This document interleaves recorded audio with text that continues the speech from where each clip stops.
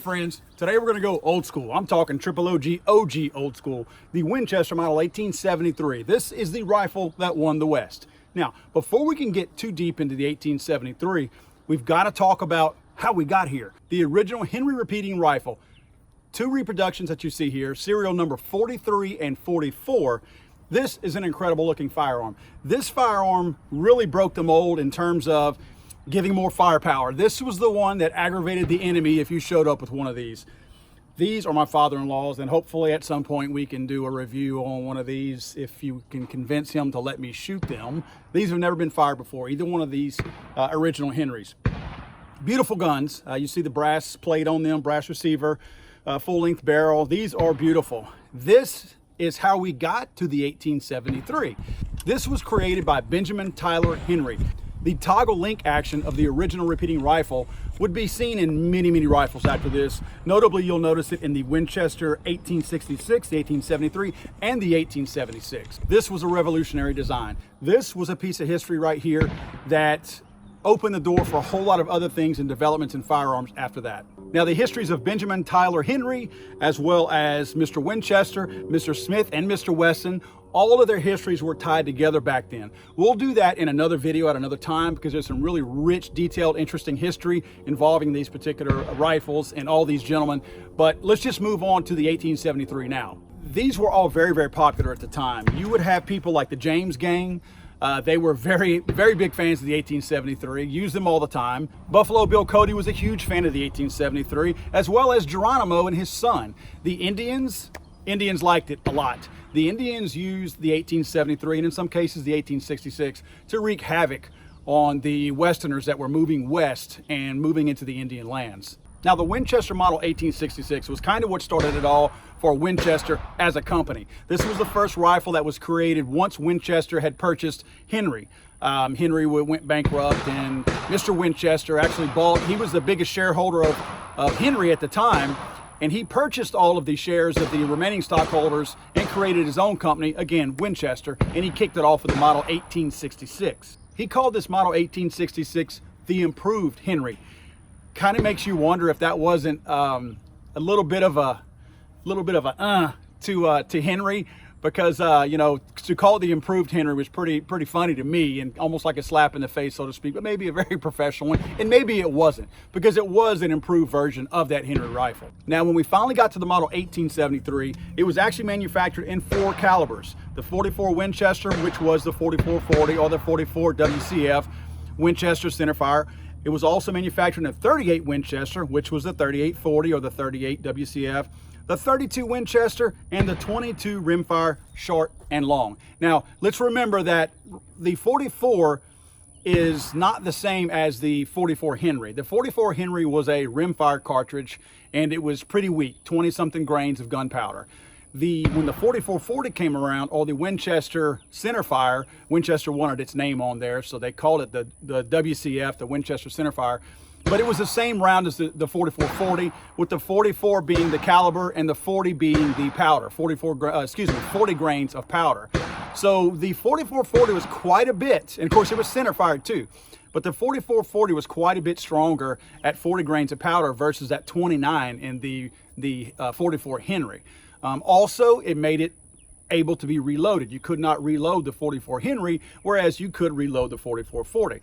Back in those days, Winchester actually sold a reloading kit that was a portable reloading kit that you could take with you, and everything was pretty much standardized and the same back then. Your primers were the same. You could get lead and molds pretty easily. You could get the brass for your cartridge. So it wasn't like today where you have all these vast array of reloading supplies and you got to find the exact one. Back then it was black powder, brass, the same primers, and some lead. So it was really easy to reload your own rounds back then, and that's what made this round extremely popular as well.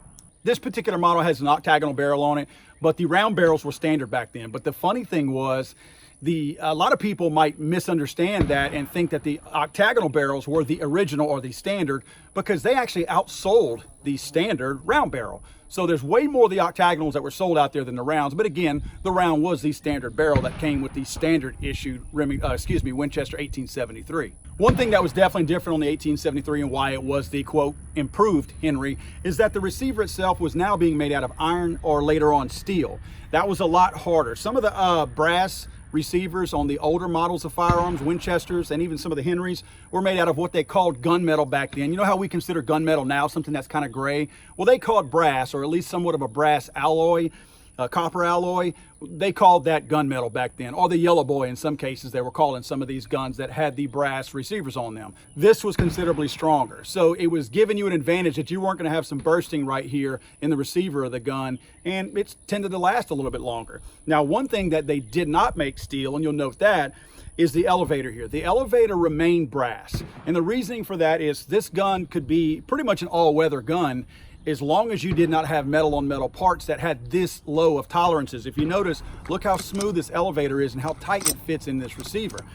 If this elevator was steel or iron as well, it being this close and lodged in this tightly and not having any air flowing through it is more likely to rust. So you would have the risk of your elevator rusting to your receiver if you had it in your saddle, or you were camping with it, hunting with it, or just riding out in the plains with it. So that was one thing that they kept brass for very obvious reasons. They wanted the reliability standard of this rifle kept in check, and that was their way of doing it, by keeping that brass running inside of that steel and iron. The sights on this one are nice. They're a little bit different, a little bit newer than the old original sights, but these are good looking sights.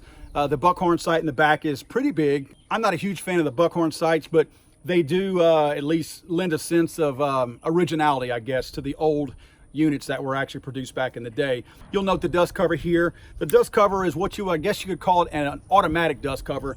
You push it forward by hand, but as soon as you cycle one of the rounds through there, it's going to open up on its own. The receiver is going to push it open, and then it's going to remain open, and you just slide it back shut as you need it later on. This particular model does have a safety on it. You'll note that whenever you close your lever, you have to press this little toggle switch down, and the gun will not fire unless you have a positive grip on that, and then it'll send the round forward. But if you leave it off just a little bit, this thing will not fire in the unlocked position. This particular model has the crescent butt plate on it. Some of the other models, more notably the carbine model, actually is a shorter one, of course, and it has more of a shotgun. It's still curved a little bit, but it's a lot straighter than this crescent one is here. Again, this is beautiful. The bluing on this is just incredible. One quick note, this reproductive model here, the bluing on it isn't like it used to be back in the day, or actually like Mr. Doug Turnbull does today. Mr. Turnbull does it the same old-fashioned way. These models nowadays are done with chemicals and things like that that are put on the metal to discolor it. Still beautiful, equally beautiful, I think. But Mr. Turnbull still does the case hardening the old-fashioned way, where they use bone, wood, and things like that in fire, and they pretty much submerge their iron, or their steel rather, into that fire, and the heat is what gives it all of its colors. These models are made by Moroku over in Japan. Now, let's not confuse Japanese made with Chinese made. I know a lot of times we look at Chinese made as, a lot of times, rightfully so, very cheap, low quality, cheap price. That's not the case here. Remember, we're talking about a completely different place. This is Japanese made. When you want to think of Japanese made like this Moroku, you've got to think of things like Toyotas and Hondas, the cars that stay on the road forever because they're well made. Same type of engineering right here. This is not cheap Chinese stuff. Tired of hearing me talk about it? Let's shoot it and see how it fires. I have never fired this thing before. I'm ready. Now I loaded up some MagTech rounds, big 200 grain, big fat piece of lead. Thanks to Gator Guns for getting these to me. First target that I want to shoot at, kind of up close here, maybe about 7 or 8 yards. The reason why I'm going to shoot this target is because as much as I shoot out here at the Cowboy Action Range with my friends with the Up the Creek gang here in Lake Charles, Louisiana, I never get to shoot their targets because they shoot lead Cowboy Action rounds at their targets, and of course I don't want to damage them. The only time I can shoot their targets is with a shotgun. Well, I get to shoot it today because I ordered this Cowboy Action ammunition so that I could shoot some of their targets. So I'm excited because I finally get to shoot it. So I'm going to take my first shot at some of their steel. I mean, that's nice. That feels really good. Wow. Just a little powder puff. It's barely, I mean, you barely get anything out of this thing. Very, very low recoil. Let me see if I can thread the needle and hit him in the eye. Right in the eye. Love it.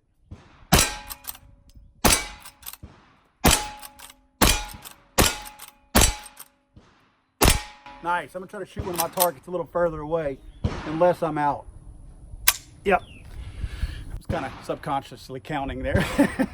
Yeah, I'm gonna load this thing up and see what kind of distance I can get out of it. Never shot the gun, never adjusted the sight, so far, so good with this thing. Now guys, something I want to point out. Remember I mentioned that I am shooting a cowboy action round today. This is a lead bullet. It does not have a full metal jacket on it, no covering, no copper, no brass, nothing covering it, no ballistic tip or anything. Straight lead. You'll notice that you're going to get these, loading them in and out of your gun, or in your gun I should say, you're going to get a lot of lead on your hands. You know how I like to promote safety, and I really want to encourage you guys that if you are shooting straight lead, and even if you're shooting some protected rounds that have full metal jackets on them, you always want to remember to wash your hands thoroughly and as best you can with warm and soapy water before you eat food. A lot of times I find myself leaving the range and I'll run by and grab something to eat on the way home from a little fast food restaurant or something like that. You don't want to do that if you don't have the means to actually wash your hands. And again, in this case today, my hands are going to get awfully coated with lead just from handling these things. Full metal jacket, you can get that as well because you still have some lead inside those rounds that do find its way into your action and all that. So please be careful with that. The lead poisoning, it's not something that you and I want to go down that road. So just be conscious of that.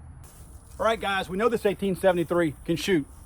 How accurate is it at a distance? This is, again, a little bit stronger load than the original 44 Henry.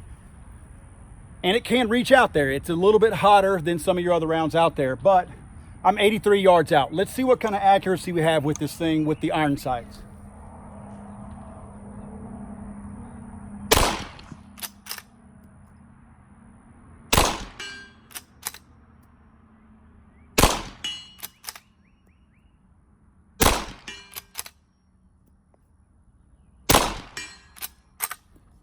Not bad at 83 yards. That first shot, I seated my front post a little bit too high, so I must have sent my round right over the target.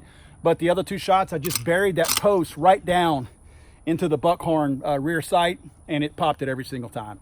All right, you guys know that I like the Texas Star about as much as I've won a Pinecone Enema.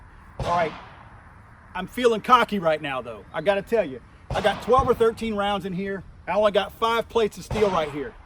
I can shoot their stuff today because I'm shooting lead again, so I'm about to bust some steel.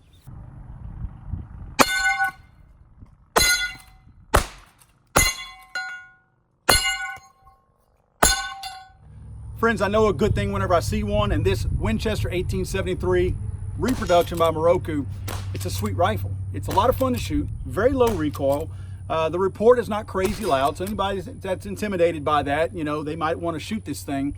It's got enough gunpowder to reach out there and get something without making you pay for it here in the shoulder. A lot of fun. The reproductions they've done on this thing is flawless. Muzzle to buttstock, exact same dimensions as the original 1873. The length of pull is the same as the original 1873. They really did a good job of this thing. To be able to appreciate the type of technology that was manufactured, thought up, developed, and put out there in the mid to late 1800s is mind-boggling to me. I understand today with lathes and machine shops and all that kind of stuff, it's easy. It's a piece of cake to make something like this. But back then, the fact that these guys could actually dream up an idea like this, machine it themselves by hand with files and forgings and things like that, that's very, very impressive to me. And the fact that they could develop this type and think up this type of action in here, this toggle link system, and then make it, that's very, very impressive to me. That's why I've always been so impressed with John Browning, which he'll be in our story as this thing evolves. Of course, John Browning, you can find him wrapped around in some kind of story in some kind of way of every single firearm out there. But of course, Mr. Henry is the one who developed this type of toggle link system, and it's very impressive to me that that was able to be done back then and put out there. Very cool gun. The Winchester 1873. If I called it the Remington 1873 at some point today, I apologize because I have a really bad habit of doing that. Again, this is the Winchester 1873. A lot of fun to shoot. I recommend you guys put your hands on one if you can.